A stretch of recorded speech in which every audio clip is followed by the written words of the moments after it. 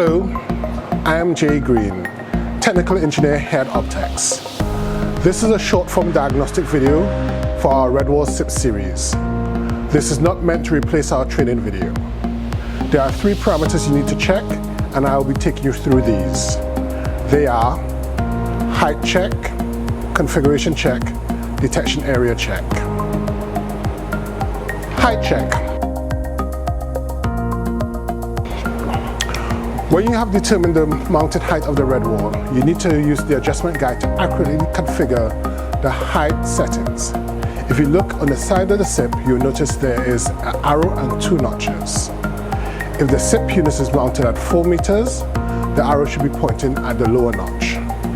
If the unit is mounted at 2.3 meters, the arrow should be pointed at the upper notch. If the unit is mounted in between these 2 heights, the arrow should be pointed in between both notches. Configuration check. The unit is shipped in walk test mode, which makes it more sensitive. Please open the front cover and check that dip switch number 1 is off. Detection area check.